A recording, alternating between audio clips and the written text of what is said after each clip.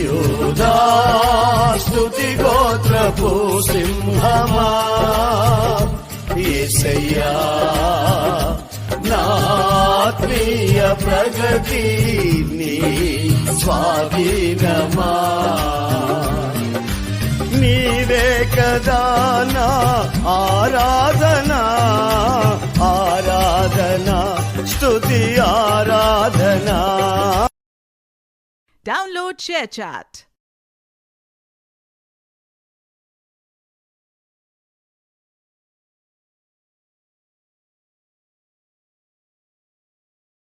అధ్యాయం 15వ వచనం నుంచి 22వ వచనం వరకు చదువుతున్నాం.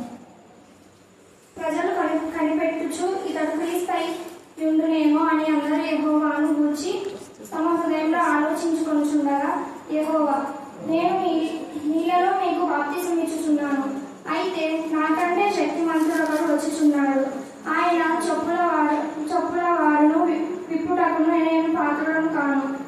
ఆయన పరిశుద్ధాత్మలోను అగ్నితోనూ మీకు బాప్తిసం ఇచ్చును. ఆయన చేతిలో ఉన్నది. ఆయన తన కళ్ళను బాగుగా శుభ్రం చేసి తన కొట్టులో గోధుమలు పోసి ఆరని అగ్నితో పొట్టు కాల్చి వేయమని అందరితో చెప్పాను. ఇదియుగాక అతడు ఇంకాను చాలా సంగతులు చెప్పి ప్రజలను హెచ్చరించుచు వారికి సువార్త ప్రకటించుచుండెను. అయితే చతుర్థాధిపతి అయిన హేరోదు చేసిన సకల దుష్కారముల నిమిత్తమును అతని సోదరుని భార్య అయిన హేరోదియా నిమిత్తమును యోహాను అతనిని గద్దించినందుకు ఆది వరకు తాను చేసినవన్నీ చాలవన్నట్టు అతడు యోహానును చెరసాలలో వేయించెను. ప్రజలందరూ బాప్తిసం పొందినప్పుడు యేసు కూడా బాప్తిసం పొంది ప్రార్థన చేయుచుండగా ఆకాశం తెరవబడి పరిశుద్ధాత్మ శరీరాకారంతో పావురం వలె ఆయన మీదికి దిగి వచ్చెను. అప్పుడు నీవు నా ప్రియ కుమారుడవు, నీ యందు నేను ఆనందించుచున్నానని ఒక శబ్దము ఆకాశం నుండి వచ్చెను. యేసు బోధింప మొదలు పెట్టినప్పుడు సన్నిధానములకు బలింపబడిన గొర్రెపిల్ల రక్తానికి మరిసారి వందనాలు స్తోత్రం చెల్లించుకుంటున్నాం. దినమంతా స్తుతించినా కూడా తక్కువే ప్రభా. మేము ఎన్నిసార్లు నా ప్రభా సమయం ఉన్నప్పుడంతా నేను స్తుతించడానికి మాకు నేర్పించమని ప్రార్థిస్తున్నాం. ఈ రాత్రి కాల సమయంలో ప్రత్యేక రీతిలో నా ప్రభ నా తల్లి సహోదరి జీవన్ వాళ్ళ తమ్ముడు నా ప్రభ కరుణాకర్ని కనికరించి ఆ బిడ్డ నా ప్రభ యాక్సిడెంట్ నుంచి మీరు అనేక మంది యాక్సిడెంట్స్ గురవుతున్నారు తండ్రి. మీ నామంలో మీ రక్తంలో బిడ్డ పూర్ణ ఆరోగ్యం పూర్ణ బలం పూర్ణ శక్తిని దయచండి దేవ. మా ప్రతి గాయాన్ని మీరు మార్పడి తండ్రి. చెరువులో మీరు పొందిన దెబ్బల ద్వారానే మాకు వస్తుందని ఆ కుమారుడు దేవ మీ సెలవైపు నిదానించి చూడడానికి మీ జ్ఞానం వివేకం దయచండి. కుటుంబీకులకు ఓదార్పు దయచమని ప్రార్థిస్తున్నాం దేవ. మీకే స్తోత్రం, మీకే స్తోత్రం, మీకే స్తోత్రం, మీకే స్తోత్రం, మీకే స్తోత్రం.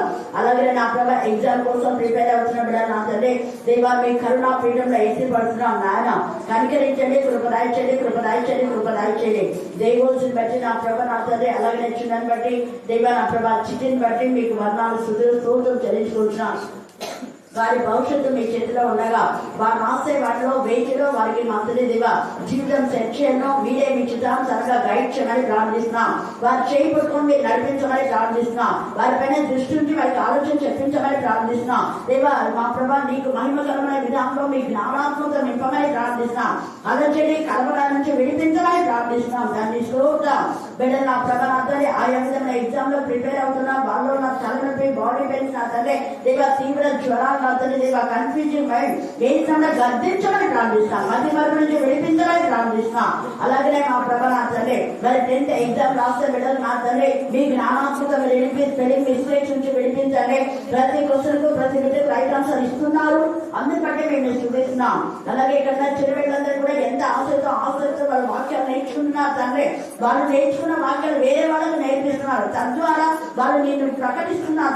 స్తోత్రం లేదా బాల్య దశలో ఇర్మియాను వాడుకున్నట్టుగా నా తల్లి దేవ శామ్యూయల్ వాడుకున్నట్టుగా ఏసయ్యా మీరు జ్ఞానవంత వయస్సు దేవుని దయతో పెంపాలాగా ఇక్కడ నా తల్లి మీ యొక్క శక్తి మీ జ్ఞానాన్ని మీ వివేకాన్ని మీ సమయస్ఫూర్తిని మీరు దయచమని ప్రార్థిస్తున్నా దేవ. మీ యొక్క కృపను మా తల్లి కృపలింపచేయండి. నేను మీ కనికరమైన హస్తం, మీ దయగల హస్తం, మీ దక్షిణ హస్తం, మీ పరిశుద్ధ బాహు మా తల్లి బిడ్డలు తోడుగా ఉండు కాక దేవ. మీకే స్తోత్రం, మీకే స్తోత్రం, మీకే స్తోత్రం, మీకే వీరికి మా తల్లి మీ పరిశుద్ధ అగ్ని జ్వాల కంచెమని ప్రార్థిస్తున్నా. దుష్టుడు మీరు ముట్టకుండా మీ కృప దాల్చదు గాక. దేవా మీరు జీవిత పర్యంత వరకు నా ప్రభా నీలో ఫలించే ద్రాక్ష వల్లిలాగా ఉండటానికి మీ కృపాంశాన్ని దాల్చినైనా దేవా ఈ కొమ్మలు మీలో ఫలించడానికి మీరే నాటుకోమని ప్రార్థిస్తున్నాయా. మీకే స్తోత్రం, మీకే స్తోత్రం, మీకే స్తోత్రం, మీకే స్తోత్రం. అలాగే కరుణ పీఠంలో ప్రతి యమన బిడ్డ రోషంగా దేవుని బిడ్డగా దహించి అగ్నిగా ఉంది నా ప్రభా. దేవ దురాత్మల ప్రేతాత్మల దహింప చేయగల శక్తి, చెడు ఆలోచన తలంపులు దహింప చేయగల శక్తి నా తనే వాక్యము ద్వారా బిడ్డలకు మీరు దాల్చాలని ప్రార్థిస్తున్నాం. అనేక మంది అనేక విధాలుగా ప్రశ్నిస్తున్నప్పుడు దేవా వీటైనా సమాధానం చెప్పడానికి మీ జ్ఞానాన్ని, ధైర్యాన్ని, సమస్ఫూర్తిని దేవ ఆలోచన మీరు చెప్పించాలని ప్రార్థిస్తున్నానయ్యా. స్తోత్రం. నమ్మదగిన దేవుడు అనేక మంది అన్ని జీవితం మీరు మాట్లాడుతున్నందుకు మీకు వందనాలు స్తుతులు స్తోత్రం చెల్లించుకుంటున్నాం. ప్రభా లక్ష్మి వాళ్ళ యొక్క కుమార్ మద్దతు దేవ ఉద్దేశం చెప్పండి, మళ్ళీ చెప్పాలా? పరిశుద్ధాత్మతోనూ అగ్నితోనూ బాప్తిజం. పరిశుద్ధాత్మలో అన్నా ఒకటే, పరిశుద్ధాత్మతో అన్నా కూడా ఒకటే. పుట్టినప్పుడు పరిశుద్ధాత్మతో అని రాయబడి తెలుగు లిపి రాసేటప్పుడు అలాగే రాసుకుంటూ వెళ్ళి మళ్ళీ కింద ఏమైనా ఉంటే మళ్ళీ వాటికి ఎక్స్ప్లెనేషన్ ఇస్తూ ఉంటారు. కాబట్టి ఈ రాత్రి కాల సమయంలో పరిశుద్ధాత్మతోనూ మళ్ళీ అగ్నితోనూ అన్నారు. పరిశుద్ధ తర్వాత నీటి 3 ఉన్నాయి బాప్తిస్మాలు. ఎన్ని ఉన్నాయి బాప్తిస్మాలు? మళ్ళీ చెప్పాలా? మళ్ళీ చెప్పాలా? 3 బాప్తిస్మాలు. ఒకటేంటి? నీటి బాప్తిజం, అది మీకు అందరూ తెలుసు. రెండవది ఏంటి? పరిశుద్ధాత్మ బాప్తిజం అందరూ తెలుసు. అగ్ని బాప్తిజం చాలా మందికి తెలియదు. ఏంటి అగ్ని బాప్తిజం అనుకుంటారు. ముందు మనం నీటి బాప్తిజం గురించి ఇక్కడ నీటి బాప్తిజం ఈయన ఇస్తున్నాడు. మొదటగా నీటి బాప్తిజం ఇచ్చింది ఎవరు? యోహాను. ఇక్కడ అందుకనే ఆయన పేరు బాప్తిజం ఇచ్చి యోహాను అన్న. అంతకంటే ముందు తండ్రి అయిన దేవుడే ఇచ్చినాడు. మొట్టమొదటి బాప్తిజం ఇశ్రాయేలులకు తండ్రి అయిన దేవుడే ఇచ్చినాడు. స్వయంగా దేవుడే నీళ్లలో ఇశ్రాయేలు అందరినీ నడిపించాడు. హల్లెలూయా, హల్లెలూయా, హల్లెలూయా. ఇశ్రాయేలీలు కూడా ఈ 3 పొందుకున్నారు. మొదట ఇశ్రాయేలు నీటి బాప్తిస్మాలోకి వెళ్ళారు నీటి ద్వారా. అయితే నీటి బాప్తిజం కంటే ముందు వాళ్ళు అగ్ని బాప్తిజం పొందుకున్నారు.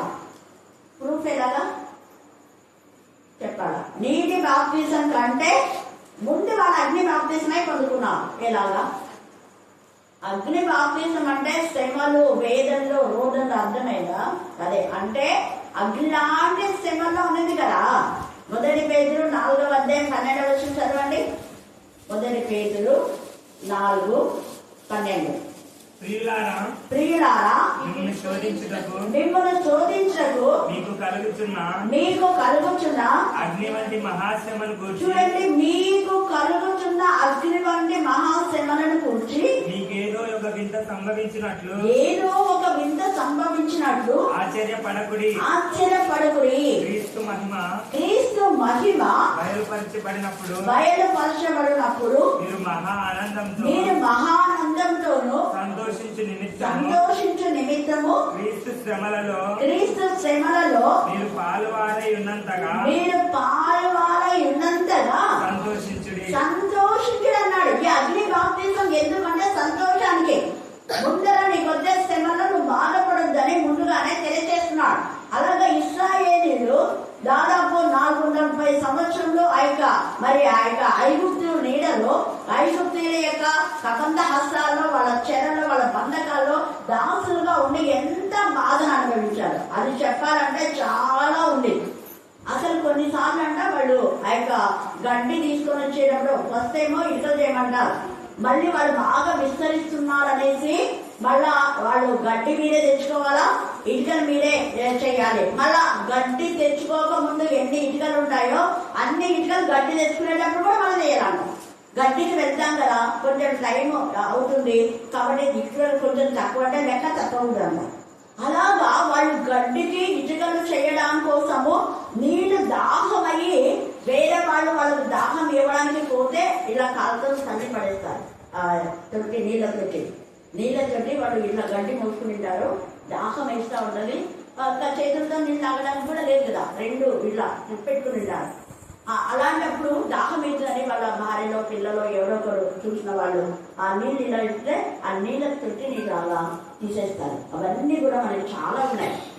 హిస్టరీ చదివితే, అంటే పుస్తకాలు కొన్ని చదివితే వాటిలో మనకి ఇవన్నీ కూడా తెలుస్తాయి. అలా అంత మాత్రమే కాదు, 10 Commandments లో కూడా మీరు ఇవన్నీ చూడొచ్చు. అంత భయంకరంగా భయానకమైన పరిస్థితులు. తర్వాత ఒక తల్లి, స్త్రీలు పురుషులు అందరి పనులు చేయాలి, పిల్లలు తప్ప. పిల్లలు కూడా ఏదో పెట్టింటాడేమో తెలియదు. కానీ ఆ తండ్రి పిల్లలు ఏడుస్తూ ఉంటే వాళ్ళకు పాలు ఇవ్వడానికి కూడా పోకూడదు. ఆ పనన్నీ ఇటుకలన్నీ అయిపోయాకనే ఇవ్వాలి, లేదంటే ఆ పనికి వచ్చే లోపలన్నా ఇచ్చేసి రావాలి. ఎంత నీచంగా కష్టపెట్టినారంటే అలాంటి శ్రమల్లో వాళ్ళు ఏడ్చి మొరపెట్టినప్పుడు దేవుడు అన్నాడు, ఇవన్నీ అగ్ని లాంటి మహాశ్రమ. కానీ వీటి తర్వాత మీకు ఎంత సంతోషం వస్తుంది. ఎలాంటి సంతోషం అంటే ఇప్పుడు కూడా ఈ రాత్రి కాలం దేవుడు నీతో నాతో మాట్లాడుతున్నా. నీకు అగ్ని లాంటి శ్రమలు వస్తే అస్సలు భయపడద్దు, దిగులు పడద్దు, బాధపడద్దు, కన్నీరు కార్చొద్దు. దేవుడిని మేలు కోసమే అది పెట్టాడని గుర్తించాలి. ఇక్కడ పేతురు అనుభవపూర్తిగా చెప్తున్నా. అసలు ఆ యొక్క శిష్యులకు వచ్చిన శ్రమలు మనలో ఎవరికి రాలేదు. యేసు ప్రభుల వారి శిష్యులకు 12 మందే కాదు, చాలా మంది శిష్యులు ఉన్నారు. కాకపోతే యేసు మంది 12 మంది ముందు ఏర్పాటు చేసుకున్నారు. ముందు ఏర్పాటు చేసుకున్నది 12 మంది. తర్వాత మళ్ళా 70 మంది, వాళ్ళ 500 విస్తరించారు. లెక్కలేనంత మంది ఇక సమస్త జనంలో ఆయన శిష్యులుగా తయారు చేశారు. హల్లెలూయా, హల్లెలూయా, హల్లెలూయా. అంటే యేసు ప్రభులోనికి బ్యాప్టిజం పొందిన వాళ్లకు చాలా మందికి 90% ఇలాంటి శ్రమలే అనుభవాల్లో ఉంటాయి. ప్రతి క్రైస్తవుడు ఈ శ్రమను అనుభవించవలసిందే. అది దేవుడే అలౌ చేస్తున్నాడు. ఈ శ్రమల ద్వారా, అగ్నిలాంటి శ్రమల ద్వారా మనం షైన్ అయిపోతాం. మన బ్లెస్సింగ్స్ రావాలంటే అగ్నిలాంటి శ్రమలు రావాల్సిందే. ఇప్పుడు ఒక పంటను మనం నిజంగా శ్రేష్టమైనటువంటి పదార్థంలో మనం ఇంటికి తెచ్చుకోవాలంటే దానికి ఎంతో ప్రాసెస్ ఉంటుంది, కష్టపడాలి. కష్టపడితేనే అప్పుడు ఆ పంట మనకు చేతికి వచ్చి మన ఇంట్లో గార్డెన్ లో మనం పోసుకుంటాం, మన ఇంట్లో వాటిని ప్రిజర్వ్ చేసుకుంటాం. కాబట్టి ఈ యొక్క రాత్రి కాలంలో అగ్నిలాంటి శ్రమల్లో ఏమాత్రం మీరు భయపడద్దని మళ్ళీ మళ్ళీ దేవుడు మీతో మాట్లాడుతున్నారు. ఇశ్రాయేలులకు ఎలాంటి క్షేమ స్థితి అంటే వారు కట్టని ఇళ్లలో నివాసాలు చేస్తారు. వారు నాటనటువంటి చెట్టు పండం వాళ్ళు తిన్నారు. తర్వాత వారు విత్తనాలు విత్తకుండానే తర్వాత విత్తుకున్నారు. వారి విత్తనాలు విత్తకుండానే ఇక పంట పోసుకున్నారు. వారి చెట్టు నాటకుండానే ఫలములు వాళ్ళు తిన్నారు. వారి బావులు తవ్వకుండానే తవ్విన బావి నీళ్ళు తాగారు. వాళ్ళు ఇల్లు కట్టుకోకుండానే కట్టిన ఇళ్లలో నివాసం చేశారు. పాలు తేనెలు ప్రవహించే దేశం. Thank God. హల్లెలూయా. గట్టిగా చప్పట్లు కొట్టండి.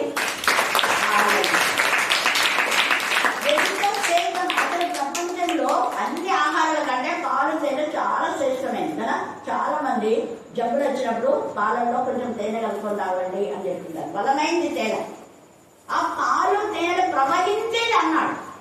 ఇది అన్నిలో కూడా అర్థం కాదు. ఏంటి పాలు తేనెలు ప్రవహించేది అంటే, అవును ఎలాగా అంటే అక్కడ కానాన్లో ఉండేటటువంటి, ఇప్పుడు ఇక్కడ మన జెర్సీ ఆవులు, జెర్సీ గేదెలు అంటుంటాం కదా, చాలా చాలా పొదుగు అనమాట.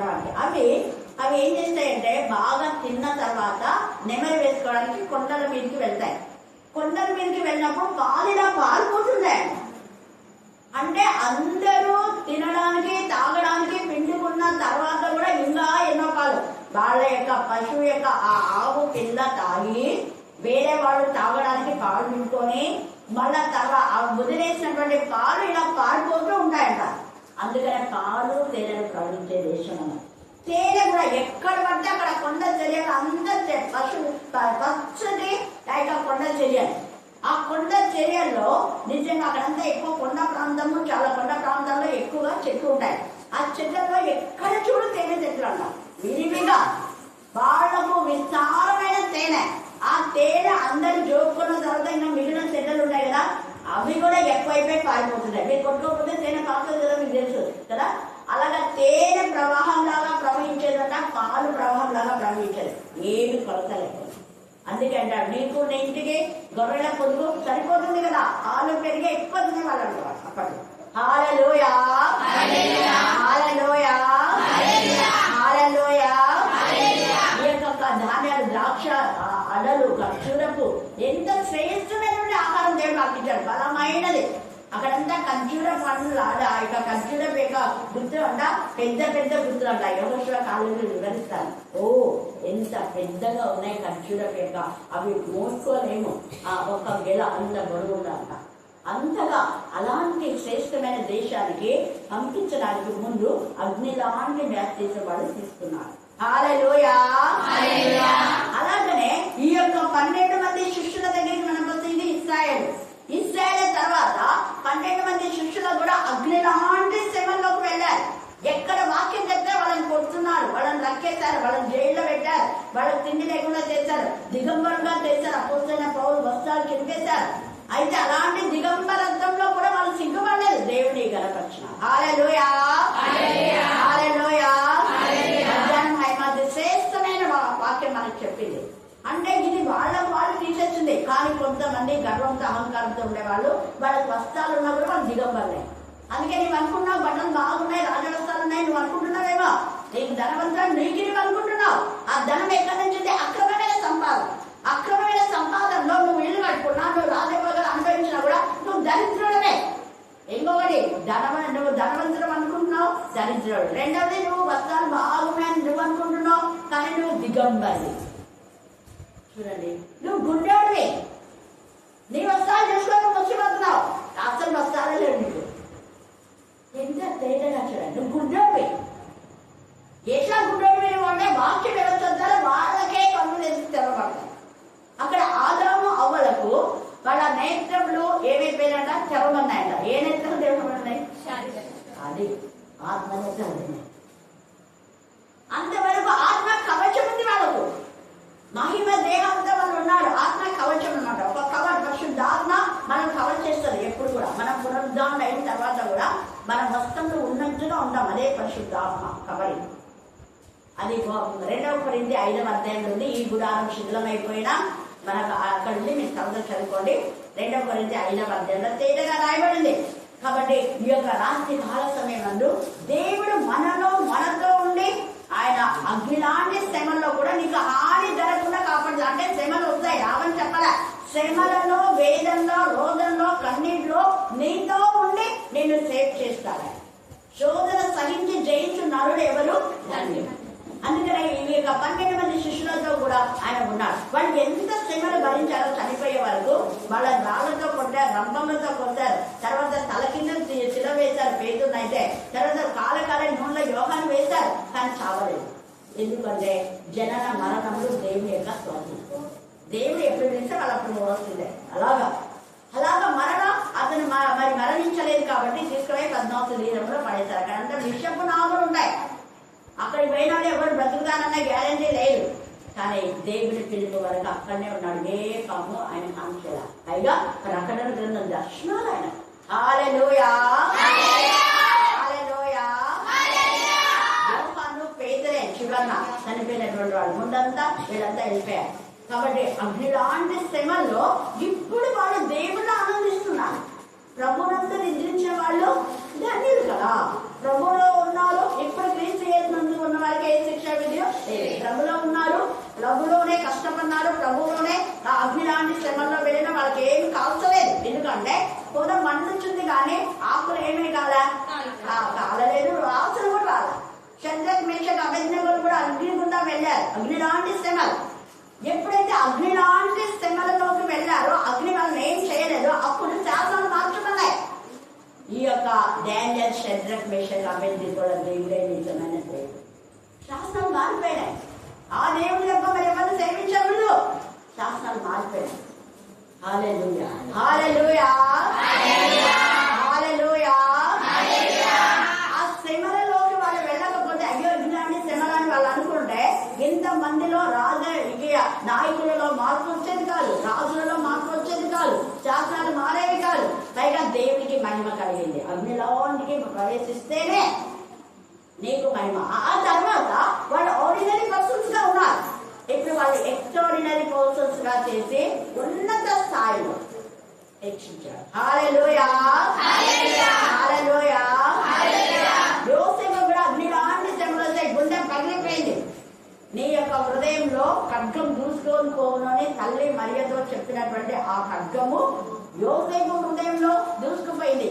నేను అందరూ ఏదో ఆకలితో ఉన్నారు, వీళ్ళకి భోజనం పెట్టాలని వస్తే వాళ్ళు నాకు తినమని కూడా అడగకుండా, కనీసం మంచిని కూడా తాగలు అనకుండా వాళ్ళు తిని నన్ను కొట్టేసి గుంతలో పడేస్తున్నారు. దాకమై నేను ఎక్కడికో వెళ్ళి నీళ్ళు తాగడానికి కూడా లేదు, ఆ పెద్ద గుంతలో పడేస్తున్నారు. పైకి రావడానికి చిన్న వయసు. కానీ దేవుడు అలాంటి శ్రమల్లోనే అద్భుతం చేశాడు. యోసేపును ప్రపంచమంతటినీ ఏలేవాడిగా చేశాడు. హల్లెలూయా, హల్లెలూయా. అలాగా అందుకే దావీదు అనుభవంలో దావీదుకైతే తల వెంట్రుకంటే ఎక్కువ ఉన్నాయంట శత్రువులు, మనకు లేరంతమంది.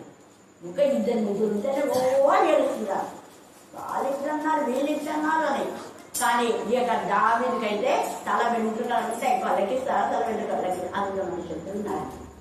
కానీ అన్నాడు అదే దావీదు 119లో, శ్రమ నందక మురుగు శ్రోపించని శ్రమ నుండి నాకేమైందట నేనయ్యాను. కానీ ఈ కీవర్డ్స్ ఎప్పుడు గుర్తుపెట్టుకోండి, ఎప్పుడు రోజు కారణంగా అర్థం చేసుకోండి. ఇవన్నీ కూడా శ్రమ నందక మురుగు శ్రోపించాను ప్రభా, ఇప్పుడైతే నాకు మేలేది మేలు మేలు మేలు అనండి. శ్రమ నందులో మేలు మేలు అంటే ఆ శ్రమ నీకు మేలుగా మార్చేస్తారు, ఆ నిందలు నీకు ప్రశంసగా మార్చేస్తారు. అది దేవుడు చేసే పని. దీన్ని ఎవరైతే నిందించారో వాళ్ళు నిందలు కాదు, వాళ్ళు చిట్టి చిట్టి అనేలా దేవుడు చేస్తారు. రోషం వల్ల దేవుడు మన దేవుడు నిజంగా ఇంకా నన్ను ఆ యొక్క ఎదువేలు ఇలాగా ఆ దయ్యం చంపాలని అనుకున్నాడు. అయితే నువ్వు చావు, కానీ ఇంకా నీకు చాలా పరిచయం ఉంది. అలాగే ఎప్పుడు చూస్తావు నువ్వు ఏలియా అన్నాడు దేవుడు. నువ్వేం వండుకోవద్దు, నేను కదా నిన్ను పోషించేది. నీకోసమే ఒక విధవరాలు ఎంతో మంది ఉన్నారు, కానీ దేవుడు ఒక విధవరాల దగ్గరికే పంపించాడు. కుష్ఠరోగులు ఎంతో మంది ఉన్నారు, కానీ నయమాన్ యొక్క కుష్ఠరోగమే బాగైంది. కారణం గాడ్స్ విల్. అది ప్రశ్నించడానికి నువ్వు నేను ఏ పాటివారు. కొంతమంది ఈ యొక్క అవివేకులు, మేము కడుపున పొలం చేస్తాము, మేము దయ్యం పట్టినట్లు చేస్తాము, మేము కుష్ఠరోగం చేస్తాము, మీరు బాగా చేస్తే నిజంగా మీలో దేవుని శక్తి ఉందని నమ్ముతాను. నమ్మితే ఏంటి, నమ్మకపోతే ఏంటి, అది నీ ఇష్టం. అది నువ్వు నమ్మితే నమ్మ, లేకపోతే నువ్వు చెప్తే నేను చేయాలా, మేము దేవుడు చెప్పినప్పుడు చేస్తాం అని చెప్పాలి. హల్లెలూయా, హల్లెలూయా. యేసు ప్రభు కూడా ఇక్కడ సూచక్రియం చెయ్యని వాళ్ళు అన్నారు, చేయరా వీళ్ళ కోసం ఏమైనా అద్భుతం చేయమన్నారు, చేయలేదు. నేను చేయనన్నాడు. మీ అవిశ్వాసం బట్టి, మీ అల్ప విశ్వాసం బట్టి అక్కడ ఎక్కువ అద్భుతాలు చేయకుండా ఆయన వెళ్ళిపోయాడు. ఎక్కడ విశ్వాసం ఉందో అక్కడ అనేక అద్భుతాలు జరిగినాయి. అక్కడ అందరినీ కూడా స్వస్థపరిచారు. కానీ వేరే చోట కొందరిని మాత్రమే అని రాయబడి. పక్షవాత రోగం గల వ్యక్తి 38 సంవత్సరాలు అక్కడ కోపంలో పడినాడు. అక్కడ చాలా వాళ్ళందరూ స్వస్థపరుస్తారు. మరి పక్షపాతం దేవుడు కాదు, డోర్స్ మీద నిస్సాయ స్థితిలో ఉండే వాళ్ళను స్వస్థపరుస్తారు. అది గుర్తుపెట్టుకోండి. ఎప్పుడు కూడా నిస్సాయ స్థితిలో ఉన్న వాళ్ళని వెంటనే లేవనెత్తే దేవుడు మన దేవుడు. కాబట్టి అగ్ని లాంటి శ్రమల్లో నువ్వు బాధపడద్దు. నీ ముందు దేవుడు నీకు ఒక మంచి భవిష్యత్తు ఇచ్చాడు. తర్వాత ఈ నీటి బ్యాప్టిజం అంటే నిజంగా ఎలాంటి బ్యాప్టిజం అంటే ఇక్కడ యోహాను చెప్పారు, పాపక్షమాపణ పొందుకోవాలి. మారు మనసు విషయమైన బ్యాప్టిజమే నిజమైన బాప్టిజము అది చెప్పాడు ఇక్కడ తేజగా. తర్వాత మనం చూస్తే పరిశుద్ధాత్మ. ఈ పరిశుద్ధాత్మ బాప్టిజం అన్నది ఎప్పటి నుంచి అంటే అంతకు ముందు పరిశుద్ధాత్మ ప్రవక్తలలోకి వచ్చి, లేదా కొంతమంది దేవుడి చేత ఏర్పాటు చేసుకున్న వాళ్ళు ఆయా సమయంలోనే పరిశుద్ధాత్మ వచ్చి మాట్లాడేవాళ్ళు, అంతే. ఆయా సమయాలలో అని రాయబడింది.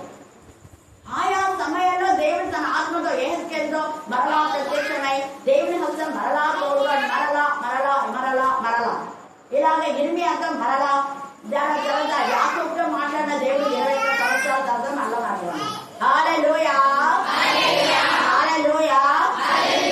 అయితే ఇప్పుడు అలా కాదు. ఈ పరిశుద్ధాత్మ యేసయ్య జనన మరణ పునరుద్ధానం ద్వారా యేసయ్య శిలువ శక్తి ఎలాంటి శక్తి అంటే నిరంతరం పరిశుద్ధాత్మ మనతో ఉండేలాగా ఆయన శిలువ యాగము ద్వారా మనకు లభించింది. హల్లెలూయా, హల్లెలూయా. యేసు ప్రభువు వారు మరణించి పునరుద్ధానుడై తండ్రి దగ్గరికి వెళ్ళకపోతే సత్య స్వరూపి ఆత్మ మన దగ్గరికి వచ్చేది కాదు. అందుకే అంటాడు, నేను వెళ్ళని ఎడలా ఆదరణకర్త మీ దగ్గరికి రాడు. నేను వెళ్తేనే, నేను వెళ్ళినప్పుడు ఆదరణకర్త మీ దగ్గరికి వస్తా. ఈ ఆదరణకర్త ఎలాగో ఉంటారు అంటే నేనైతే ఒక్కనే. నన్ను మీరు యెరూషలేములో చూసినప్పుడు మళ్ళా ఇంకొక చోట మీరు చూడాలి. నన్ను ఎక్కడ గలిలయలో ఉండే మళ్ళీ ఇంకొక చోట నేను ఉంటాను. కానీ ఇప్పుడు వచ్చే ఆదరణకర్త అలా కాదు. ప్రపంచంలో అందరిలో ఉంటాడు ఆదరణకర్త. ప్రపంచంలో అందరిలో యేసయ్య ఉంటాడు. ప్రపంచంలో ఒక్క చోటనే కాదు. హల్లెలూయా, హల్లెలూయా. అందరి హృదయాల్లో అందరితో అందరిలో అదే సిలువ యొక్క త్యాగం. యేసయ్య యొక్క అంతగా బలియాగంగా ఆయన శరీరాన్ని నలగొట్టుకోవడానికి కారణం ఏంటంటే నీలో నాలో నిరంతరమైన నివాసం చేయడం కోసమే. అందుకనే సత్య స్వరూపేగా ఆత్మ మీలోకి వచ్చినప్పుడు మీరు ఎలా నడిపించబడతారు? సర్వ సత్యంలోకి నడిపించబడతారు. అంటే సత్యం మిమ్మల్ని ఏం చేస్తుంది? స్వతంత్రంగా చేస్తారు. మరి మీరు పాపం అనే బానిసంలో ఉండరు, ఏ బానిసంలో ఉండరు. దేవుడు మిమ్మల్ని గైడ్ చేసి ఏ విధానంలో నడవాలో నేర్పేది పరిశుద్ధాత్మ. మరి పరిశుద్ధాత్మ కొందరికేనంటే కాదు, అందరికీ. ఎవరెవరందరికీ అంటే అప్పుడు ఇశ్రాయేలుతో మాత్రమే దేవుడు మాట్లాడేవాడు, కానీ ఇప్పుడు అన్యులతో అందరితో. ఎవరు వాళ్ళు అంటే మన అపోస్తుల కార్యము 2వ అధ్యాయము 38వ వచనం కంటను చేయండి.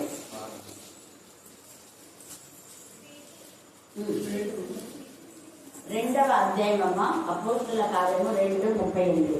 పేతురు, మీరు మారు మనసు పొంది పాప క్షమాపణ నిమిత్తము ప్రతివాడు అది యేసుక్రీస్తు నామమున బాప్తిజం పొందిరి. అప్పుడు అంటే క్రీస్తును ధరించాలి. ఇది మైండ్ లో పెట్టుకోండి. పాప క్షమాపణ విషయమైన బ్యాప్టిజం ఉండాలి. పెళ్లి బ్యాప్టిజం కాదు, ఎవరో చెప్తే తీసుకునే బ్యాప్టిజం కాదు. బీసీ సర్టిఫికేట్ వస్తే బీఎడ్ సీట్, ఎంఏ సీట్ వస్తుంది. ఏదైనా స్కూల్లో టీచర్లు అవుతామని దొంగ సర్టిఫికేట్ తెచ్చుకోనికే కాదు, అక్కడ లెక్కలు ఉంటాయి. ఎంత స్ట్రైట్ గా ఇక్కడ పరిశుద్ధాత్మ దేవుడు పాప క్షమాపణ మారు మనుషు విషయమైన బాప్తిజం పొందితే అప్పుడు మీరు ఏమిస్తారు? పరిశుద్ధాత్మ అనేవారు. హల్లెలూయా, హల్లెలూయా, హల్లెలూయా. కృష్ణవేణి వాళ్ళ వీధిలో 24 గంటలు భయంకరమైన దురాత్మతో కేకలు వేసి ఆ వీధిలో ఎవరికి నిద్ర లేకుండా చేసిందని ఒకప్పుడు వాళ్ళ కూతురు, వాళ్ళ ఇంట్లో వాళ్ళందరూ ఏడ్చేవాళ్ళు. కానీ ఈ రోజు మధ్యాహ్నం ప్రాణం చేసింది అక్క కూడా, మేరీ టీచర్ కూడా. దాదాపు ఒక 10 నిమిషాలు చేసిందే. నేనన్నా ఎంత దేవుని ఆత్మతో నింపబడి చాలా విషయాలు చెప్తున్నారు, చాలా విషయాలు దేవునికి ఇష్టం. దురాత్మపై దేవుని ఆత్మతో నింపబడిన బిడ్డలకు ఎంత తపన, ఎంత ఆసక్తి, ఎంత తృష్ణ, కృతజ్ఞత కలిగి ఉంటారు వాళ్ళు. చాలా మంది దురాత్మలు పోయి ఇలా బాగైనాక ఇక అంతే, నది దాటినాక చెప్ప తగ్గలేదు, అడగ తిరిగి చెప్పవలేసారు అక్కడ ఉన్నారు. కానీ దేవుడు వాళ్ళతో మాట్లాడతారు. పరిశుద్ధాత్మతో నింపబడిన బిడ్డలు ఎప్పుడు కృతజ్ఞత కలిగి ఉంటారు. ఎలాగా అంటే నేను ఎందుకు చెప్తున్నా మీకు, మా మమ్మీ డాడీ ఎన్నిసార్లు చెప్తుంటాను, అవునా? ఎన్నిసార్లు విషయాల గురించి చెప్తాను, ఎన్నిసార్లు వారి లాంగ్వేజ్ వాళ్ళ టీమే నాకు అనౌన్స్ చేసింది. మనవర్ బ్రదర్ నుంచి 22లో. ఆ తర్వాత మినిస్టర్ రావడానికి దినకర నాకు ప్రాఫెసీ చెప్పారు. ఆ తర్వాత ఇంకా చాలా మంది చిన్నప్పుడే నేను పుట్టినప్పుడు నాకు పేరు పెట్టి గిప్సన్ గారు ప్రాఫెసీ చెప్పారు. ఇక ఒక మిషనరీ అయిపోతుంది అని. She's not ordinary child. Hallelujah, hallelujah. ఒక ప్రత్యేక దేవుని చేత ప్రత్యేకించబడి ఏర్పడిన గర్భంలో రూపబడక మునిపే దేవుడి బిడ్డను ఏర్పాటు చేసుకున్నాడు అన్నది ప్రవచనం. దాదాపు 5-6 మంది చెప్పారు ఈ మాట. అలాగే దేవుడు ఆత్మతో నేను నింపినప్పుడు నువ్వు నీ యొక్క ప్రతిదీ నీ ప్రార్థన డిఫరెంట్ గా ఉంటుంది. వాక్యం అసలు హైమావతి ఎంత చక్కగా చెప్పింది వాక్యాన్ని. ఆత్మతో నింపబడి చెప్పే వాక్యాలే డిఫరెంట్ గా ఉంటాయి. బాగా మీరు అబ్జర్వ్ చేయండి. కావాలి పెద్ద పెద్ద రెవరెండని ఏమేమేమో పెట్టుకుంటారు, ఎంత పొడవు ఉంటాయి వాళ్ళ డిగ్రీలు. కాన్ఫరెన్స్లో డిగ్రీలే ఉంటాయి, వాక్యాలు ఉండవు, డిగ్రీలే కనపడతాయి. కానీ వాక్యాలు చెప్పేసరికి డెత్ ఏమి ఉండదు. గమనించండి, పరిశుద్ధాత్మ అనేకమైన సత్యంలో నీకు బోధిస్తుందనే వాక్యంలో ఉంది. నేను ఏం చెప్పాలని మీరు కంగారు పడద్దండి. ఈ రోజు వచ్చిందా బాబా, ఉన్నట్టుండి చెప్పాను, అమ్మ వాటిని తీసుకురా, నువ్వు వచ్చినా కదా వెంటనే తీసుకుంటాను. నేను అందుకే ధ్యానం చేస్తూ ఉంటే దేవుడు ఎక్కడ వచ్చాడో నన్ను వాడుకుంటాడు. అలాగే నన్ను వాడుతున్నాడు కాబట్టి నేను మీతో మాట్లాడుతాను. ఉన్నట్టుండే క్లాస్లో టీచింగ్ చేస్తూ ఉంటా, ఎవరో ఒకరు వస్తారు. గురువులో చాలా జరిగినాయి. మేడం ఈరోజు మా ఇంట్లో ట్రైన్ పెట్టుకోవాలి ప్లీజ్ అంటుంటారు. సరే నేను స్కూల్ అయిపోయింది, మరి టైమింగ్ చెప్తారు వాళ్ళే. నాకు మరి ఛాన్స్ 5:30 పెట్టి మేడం, మళ్ళీ మీకు రాత్రి ప్రార్థన ఉంది కదా, రాత్రి ప్రార్థన ఉంటుంది కదా, టైం చదివితే వాళ్ళే ఇస్తారు మళ్ళీ సెట్టింగ్స్. 4 అయిపోతుంది స్కూలు, 5:30 వచ్చి 6:30 వెళ్ళాలి. మళ్ళీ మీరు 7 ప్రార్థన పడతారు. మళ్ళీ టిఫిన్ పెడతారు. హల్లెలూయా, హల్లెలూయా. ఇది పరిశుద్ధాత్మ. పరిశుద్ధాత్మతో నింపబడినప్పుడు చాలా విషయాలు దేవుడితో మాట్లాడతారు. మార్కు 7:32 మీరు చదువుకోండి. లూకా 24:50-63 చదువుకోండి. అపోస్తలుల కార్యం 2:1-4, 38-42 చదువుకోండి. ప్రకటన 2:11 అయితే వాళ్లకు జయించినారంట. పరిశుద్ధాత్మతో నింపబడిన వాళ్ళు గొర్రెపిల్ల రక్తం ఎప్పుడు వాళ్లకు తోడుగా ఉంటుంది. ఆ రక్తము ద్వారా వాళ్ళు అపవాదాన్ని జయిస్తారు. నీకు జయ జీవితం కావాలంటే స్టూడెంట్స్ అందుకనే ఎక్కువగా వాక్యం నేర్చుకున్న వాళ్ళు ఖచ్చితంగా లైఫ్ లో జయ జీవితంలో ముందుకెళ్ళిపోతూనే ఉంటారు. సాగిపోతారు, ఆగిపోరు. ఎక్కడ అపవాది ఎన్ని క్వింటల్ చేసినా కూడా, ఎన్ని జిమిట్ చేసినా కూడా సాగిపోయే జీవితంలోనే ఉంటారు, ఆగిపోరు. హల్లెలూయా, హల్లెలూయా, హల్లెలూయా. అలాగే ఇంకా చాలా ఉన్నాయి. రేపు మధ్యాహ్నం మళ్ళీ చూస్తున్నాం, మనకు టైం లేదు కాబట్టి ఈ సమయంలో తండ్రి అనేది సాక్ష్యం ఇచ్చే వారు కూడా 3. ఆ యొక్క రక్తము, నీళ్లు, ఆత్మ. రక్తము, నీళ్లు, ఆత్మ. నీళ్ళు అంటే నీటి బ్యాప్టిజం, రక్తం అంటే యేసు ప్రభువుల వారి యొక్క ప్రాణ రక్తం, పరిశుద్ధ ఆత్మ. ఇవన్నీ కూడా మనకు సాక్ష్యంగా ఉంటాయి. కాబట్టి మీరు ధైర్యంగా ఉండండి శ్రమల్లో, వేదనలో, శోధనలో. ఆ తర్వాత మీరు షేర్ చేస్తారు. దేవుడు లేఖన భాగాన్ని దీవించి ఆశీర్వదించుగాక. ఆమేన్, ఆమేన్, ఆమేన్. చివరి ప్రార్థన మాత్రమక్క మనకు ప్రార్థన నడిపిస్తాను. నా ప్రభు పాటల ద్వారా నేను వాక్యం ద్వారా మమ్మల్ని నడిపింపచేసిన దేవునికి స్తోత్రం చేయవచ్చు. నా తన పనుల ఎందునైనా మరి యొక్క మా ప్రయాణాలు ఎందుకు తోడుగా నడిపించిన దేవునికి స్తోత్రం చేయవచ్చు. మీ బిడ్డలు ఎక్కడ పని చేసినప్పటికీ సాయంకాలం తండ్రి నా ప్రభా భయంకరమైన ఎల్లల్లోనైనా పగల ఎదురైనా దేవా మీ బిడ్డలు పనులు చేసినప్పటికీ ఎండలో ఉన్నప్పటికైనా అపాయం లేకుండా క్షేమకరంగా దయచేసినందుకు స్తోత్రం. నా తండ్రి ఒక 40 దినంలో ధ్యానంలే కాకుండా నా తండ్రి ప్రతి దినమున నా తండ్రి నిన్ను ధ్యానించుకునే కృపను మాకు ఇచ్చినందుకు స్తోత్రం చేయించింది. ఈ యొక్క సమయంలో మాకు ఇచ్చినందుకు స్తోత్రం. జీవానికి స్తోత్రం. అవును ప్రభు, మరి మాకు బాధలు వచ్చినప్పటికీ, వేదనలు వచ్చినప్పటికీ, చింతలు ఉన్నప్పటికీ నన్ను నిన్ను తలచుకున్నది కాకుండా తండ్రి వేళ ఎందునైనా మాకు నష్టం వచ్చిన కష్టం వచ్చినప్పటికైనా నిన్ను ధ్యానించుకునే కృపను మాకు దయచేది దేవానికి స్తోత్రం చెల్లిస్తున్నాను.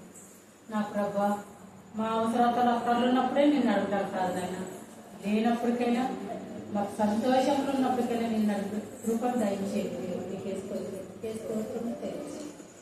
నా తండ్రి మరి అసలు ప్రతి బిడ్డలు యవనస్త్రాలను మంచి మార్కులతో కృప చూపడ్డాయి. నీకే స్తోత్రం చెల్లించుకుంటాం. యవన బిడ్డలు నైనా ఏ తలంపులు ఉన్నావో నైనా వాళ్ళ తలంపులు కాదంటే నీ తలంపుతో నీ చిత్త ప్రకారం ప్రతి ఆత్మను దయచేయండి. నీకే స్తోత్రం చెల్లించుకుంటాం. నా తండ్రి ఈ దినం నా తండ్రి చెప్పిన వాక్యంలో ప్రతి హృదయంలోనైనా నెమరు వేసి కృపను దయచేయండి. చిన్న బిడ్డలు కూడా ఎంత చక్కగానైనా ప్రతిదినం నా వాక్యములు నేర్చుకుని ఒకరికొకరు నా తండ్రి ముందుకు సాగుటకు నువ్వు ఇచ్చిన ధన్యతను బట్టి స్తోత్రంలో నాయన. ఆ బిడ్డలు చిన్న బాల్యంలో నుంచి పెద్ద అయ్యేంత వరకు నిన్ను ప్రకటించే బిడ్డలుగా సహాయం దయచేయండి. తల్లిదండ్రులకు కూడా జ్ఞానం దయచేయండి. పిల్లల్ని పంపించి నాయన వాక్యములు నేర్చుకొని ఆ యొక్క నోట్ల నుంచి ప్రతి బిడ్డలకు దయ